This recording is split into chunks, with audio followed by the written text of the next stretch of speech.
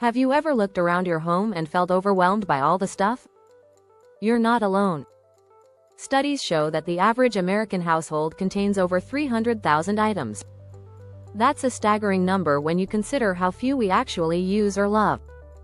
In fact, the average person only wears 20% of their clothes 80% of the time.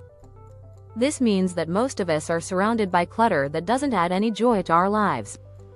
But here's the shocking truth. Simply throwing things away won't lead you to a minimalist lifestyle.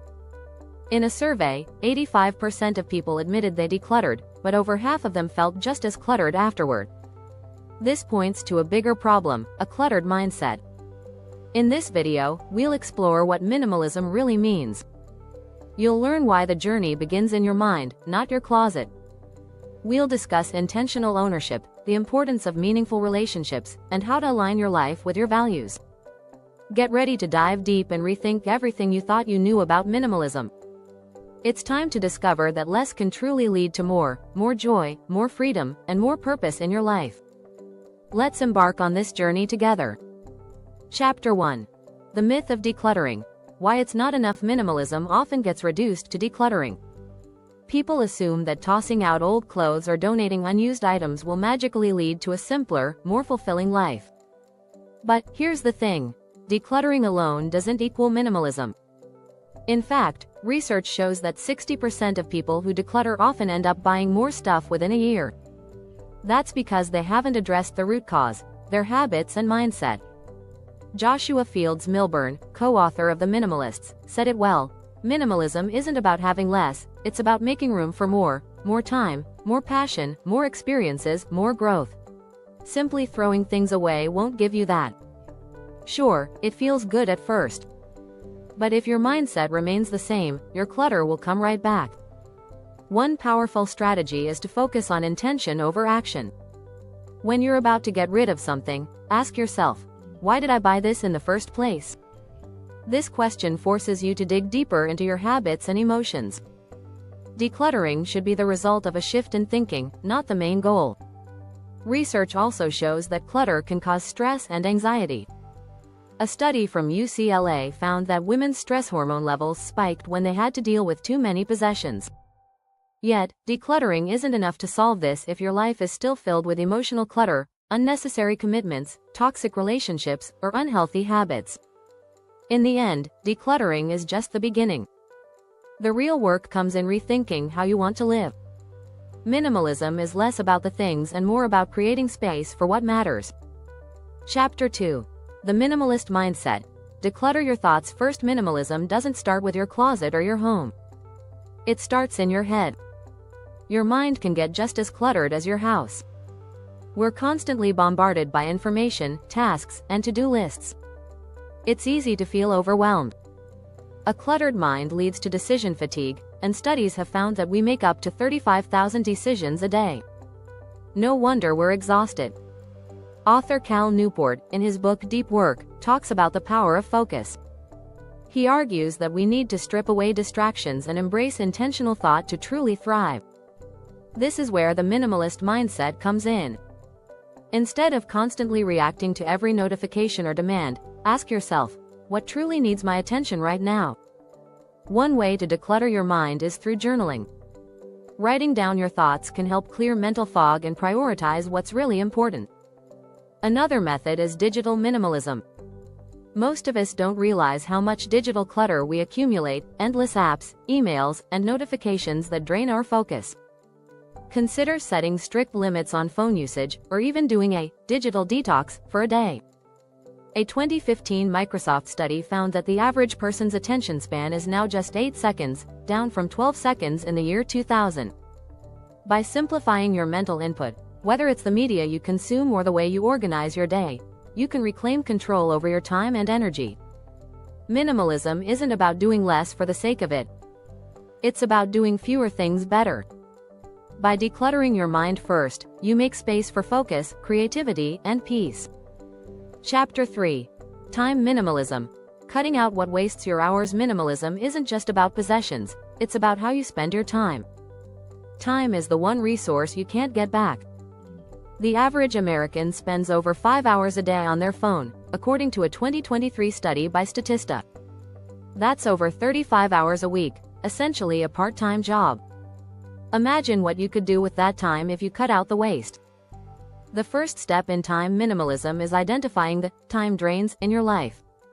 Social media, unnecessary meetings, and endless multitasking all steal hours from your day. According to a study by the American Psychological Association, multitasking can reduce productivity by up to 40%. So, instead of trying to do everything, focus on doing the right things. One practical tip is time blocking. This strategy, used by productivity experts like Elon Musk, involves dividing your day into chunks dedicated to specific tasks. It reduces decision fatigue and helps you stay focused. Another method is the 2-minute rule. If something will take less than 2 minutes to complete, do it immediately. This prevents small tasks from piling up and overwhelming you. Remember, time minimalism is about aligning your hours with your priorities. If spending time with family, working on a hobby, or exercising matters most to you, those should take up the largest blocks of your schedule. Anything that doesn't fit with your values is clutter. Interestingly, studies have shown that people who focus on experiences rather than possessions report higher levels of happiness. Minimalism with your time means investing in things that add value to your life, whether that's learning, relationships, or self-care. Time is your most precious asset. Use it wisely by cutting out what doesn't serve you. You'll find that with fewer distractions and commitments, you have more time for what truly matters. If you found these strategies helpful, consider subscribing for more insights on how to embrace minimalism in every aspect of your life. Chapter 4. Intentional ownership. Quality over quantity. When it comes to minimalism, owning less isn't the only goal. Instead, it's about owning better. This idea is called intentional ownership. It's a mindset that encourages you to make thoughtful decisions about what you bring into your life. The focus is on quality, not quantity. In a world where fast fashion and consumerism are rampant, we often forget that what we own says a lot about us. The average American throws away about 81 pounds of clothing each year, according to the Council for Textile Recycling. Instead of simply discarding, ask yourself, does this item truly add value to my life? A great strategy for intentional ownership is the one in, one out rule.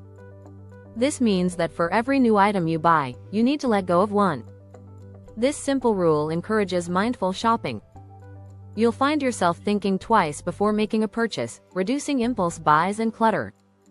Another powerful approach is to create a wish list instead of buying on impulse. When you see something you want, write it down and wait 30 days. If you still want it after that time, then consider purchasing it. This pause gives you the chance to reflect on whether the item will genuinely enhance your life. Minimalism isn't about deprivation, it's about celebration. Joshua Becker, author of The More of Less, says, "You can't buy happiness, but you can buy the right things."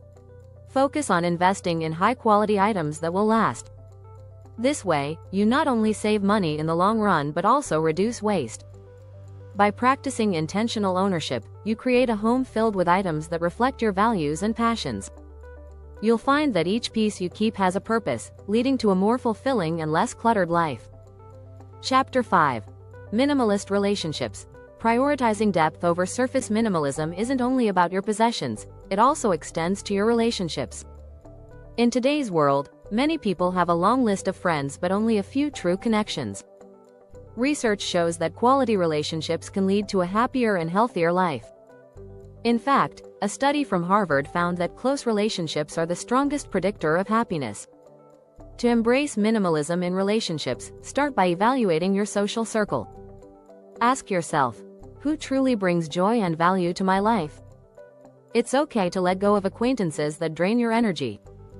Focus on nurturing deep, meaningful connections with those who matter most. One effective strategy is to schedule regular check-ins with your closest friends. This could be a simple phone call or a coffee date. Prioritizing quality time strengthens bonds and fosters deeper understanding. Remember, it's about being present and engaged during these moments. Another tip is to set boundaries. It's essential to know your limits and communicate them. If someone consistently takes more than they give, it might be time to reevaluate that relationship. Healthy relationships are built on balance, respect, and reciprocity. As author Brené Brown notes in Daring Greatly, vulnerability is the birthplace of connection. Don't be afraid to be open with those you trust. Sharing your struggles and successes can deepen your connections and create a supportive environment. If you enjoyed this journey into minimalism and want more insights, don't forget to subscribe. Together, let's embrace a simpler, more meaningful life.